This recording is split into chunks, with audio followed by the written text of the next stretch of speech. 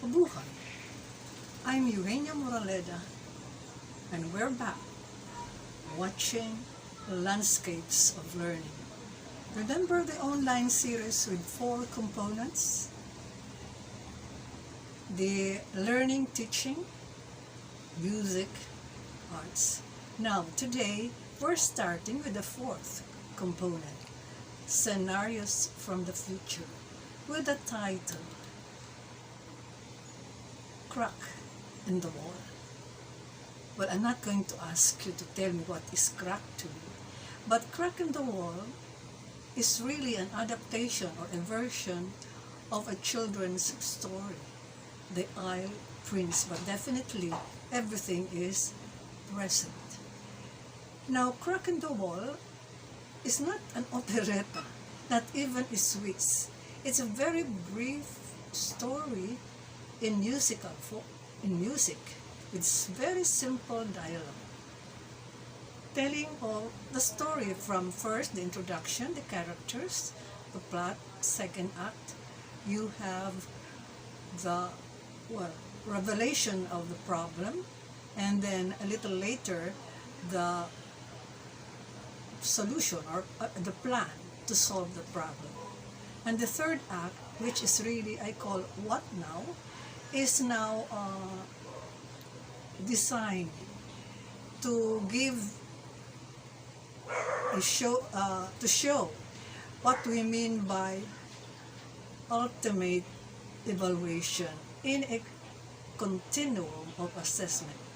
I used to call it complex performance because the performance required of the learner has to be complex, not one discipline, not one skill, but a lot. Meaning it's really the end, the culmination of an activity of a lesson. Now we give you Crack in the Wall, Act 1. Down the lane, there's such a little cup. Tired and weary, I straighten my back, stretch my arms, and I shiver 'cause the night wind was so bitingly cold. So I search my mind for a memory of a happier night or a happier sight. But what flashed out was my flight from the saddle to a bougainvillea under the youth's old tree.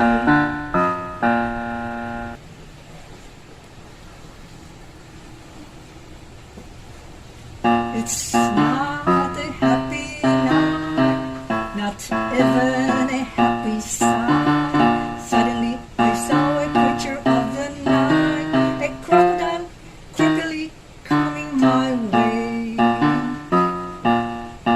So I quickly jumped far away, upward, faster in all directions, faster forward, up and away till reaching the top, breathless, I see. Uphill away from crocodile song, rested my limbs to ease the pain from jumping and running over stones and rocks. Scent of trees and blossoms fill the air. So I raised my eyes to find a friendly star, but the dazzling light caught my eye. Rushed downhill to see what's real or real. Stars shining brightly in a forest deep.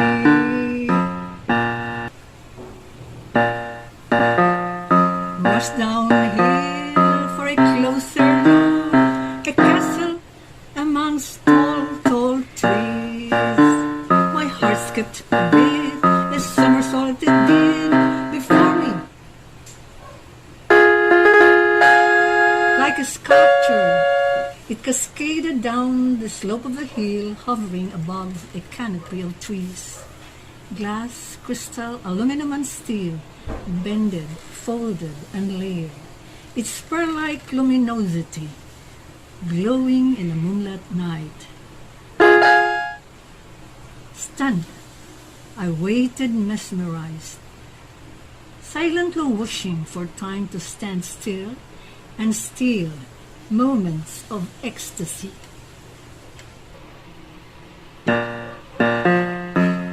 Velvet rain and gentle breeze, rough winds whistling a coming storm, senses awaken to reality that I'm alone lost in a forest far from home. So I raise my eyes for a miracle, wishing silently to be back home. But before I could say goodbye, heard voices murmuring from the castle wall. On and on I followed the voice through the long stretch of terrace lawn, leaping and picking high and low till from a zippered crack so angry eyes popped out. Suddenly backed off from the castle wall, ran away as fast as I could.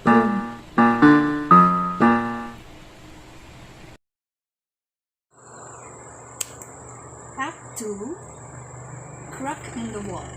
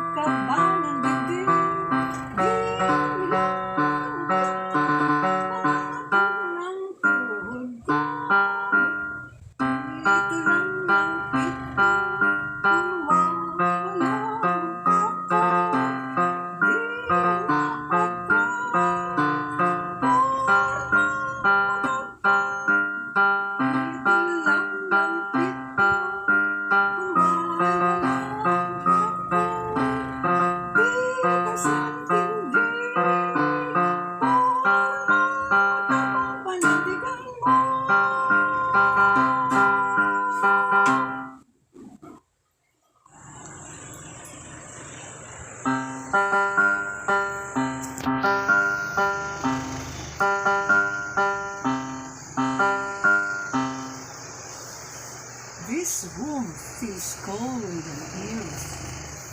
Darkness and silence are playing tricks on me. As I grope for a light, a quick sharp jab hit my back. A pair of hands twisted my arms and pulled me down the floor.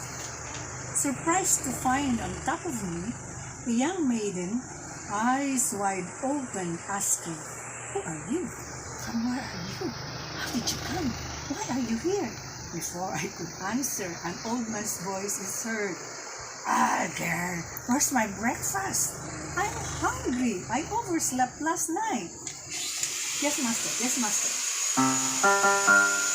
"Hey, master, your breakfast is on the table. It's the table facing orange blue.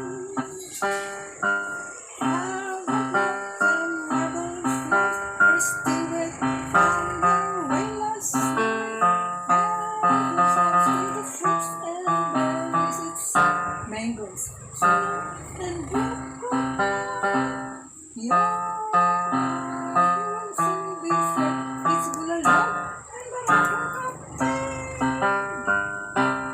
Bulalo?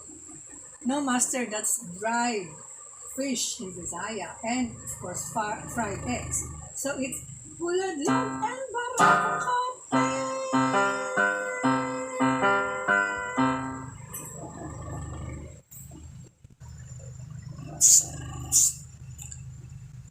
When the maiden faces him,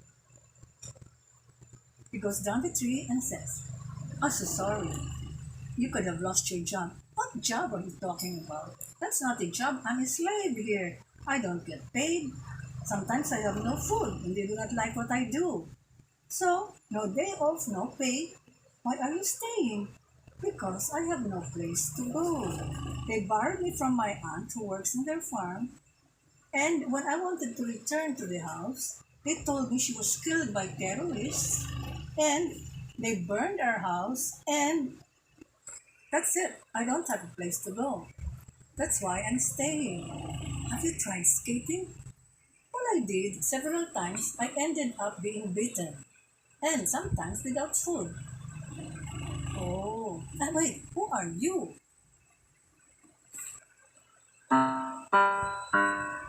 "Can tell you all the things you want to know. Faded, complicate, and spoil our plans. Can't explain why and how I'm here. I mean no harm, but I need your help." "Help? How can I help you? I can't even help myself." "I'm JR, student of a faraway school, volunteer of SAF, World RO. That's a Special Action Force of the World Rescue Organization. My concern are the children, the victims of calamity and war. There's number pointed to their records and reports. Please not. Where are these children? They know not. How can we help them when we do not know where they are? When not in school, what and how are they learning? When not at home, where are the tutors and their parents? Are they on their own? Can that be? When not in school, blended or online, when not at home, where are the tutors and the parents and their guardians? Are they on their own?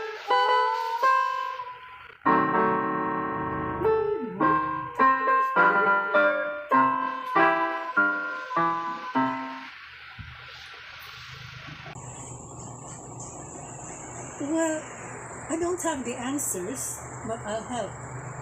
But it's this, listen. Your sitio is not in any map at all. But the boulders, the rainforest, and the crocodile farm are. So I was thinking that if boulders are usually surrounded by water, these waters would lead to different places. Why not the Crystal Castle? So my guess is that the Crystal Castle and boulder are looked tight. What?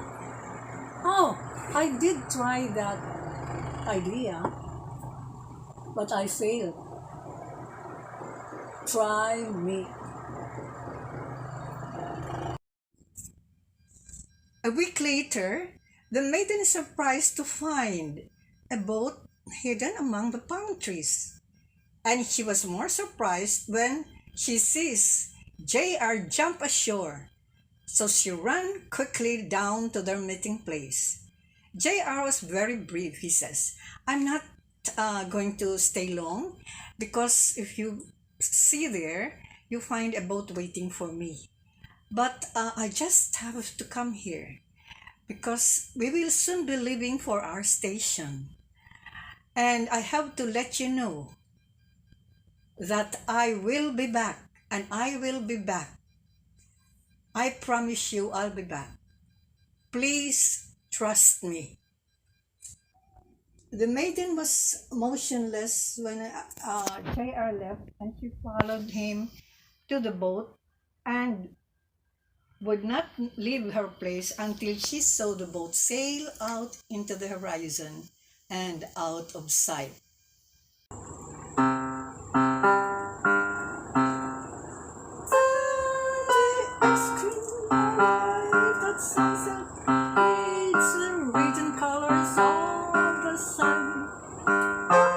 She opened the kitchen door. Her limping stance took a different turn. Straightened back and head held high, trying hard to look like a queen, forgetting wind-blown strands from her coiffured hair and matching matchsticks on her dress. Haughtily she walked past the maiden without a greeting or a glance. Sleepy eyes open wide when sing the fully lighted table.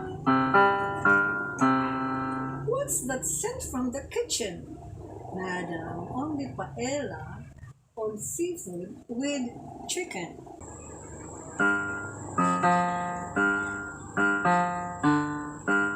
She quickened her step towards the table, swallowing grapes and sipping wine. "Is that my sister? How far is she from finishing the bottle of wine?" "Brother, I'm hungry. I have come from a long, hard journey. The streets are flooded and the roads are muddy. While the air seems so cool, the breeze and whatnot, 17 scared at all.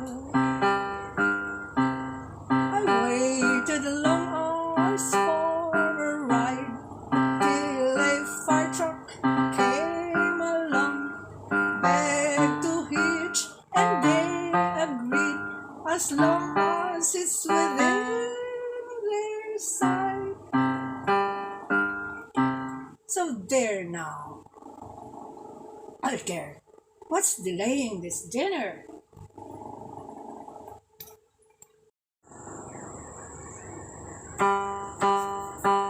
There's so much food on the table, fruits, salad, and pastry. Ginabangos, ginatang sugpo, kare-kare, and crispy pata. You've spent long hours in the kitchen as they prepare for my village feast, but there's only the two of us, so it's a dinner for two and not the village feast.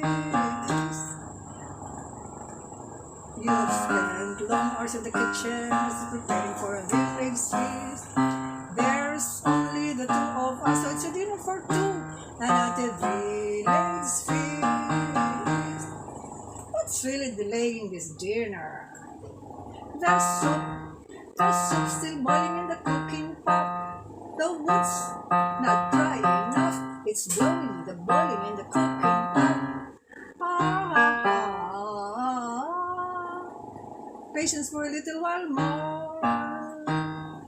Patience, patience, patience, patience for a little while more. So the ex-queen frowned. The magician, with fork and knife, started cutting the meat. The maiden went to the kitchen to prepare the coda for the night. The sprinkling of the secret potion on the spicy hot soup. A little later, dinner was announced. The ex-queen stood up very quickly in spite of her aching knees. She went to her seat, elaborately fixed her hair, powdered her nose, and when the soup arrived, took a spoon and straightened her back. Then she sniffed, then sipped. Then she took her spoon and tasted. She tasted, coughed. She coughed, and then she choked. Horror written all over her face when she realized what happened. She immediately went to the kitchen. Finding the water jugs empty, she rushed out of the kitchen door, down to the ground to the well. Meanwhile, the magician, missing her sister, tried to find her. He went to the kitchen. Not finding her there, he went out of the kitchen door and looked down in time to find the maiden pushing his sister down the well. The magician was shocked. He literally jumped and ran down the stairs, forward to the ground, faster forward still to the well, then stopped. He raised his hand to strike the maiden, but J.R. was quick to grab him. He pulled him, twisted his arms, and with a few kicks had him floored to the ground. Then he pulled him, pushed him, dragged him to the stairs, dragged him upward to the kitchen. And from the kitchen he gave him a knockout punch where his face landed beside the spicy hot soup. The maiden, seeing this scenario, tried to approach the table, but J.R. took her hand, led her to the terrace, and asked, "Happy now?" The maiden, still speechless, only smiled. And J.R. said, "I longed to tell you all the things you wanted to know, but they would complicate and spoil our plans. But now it's over.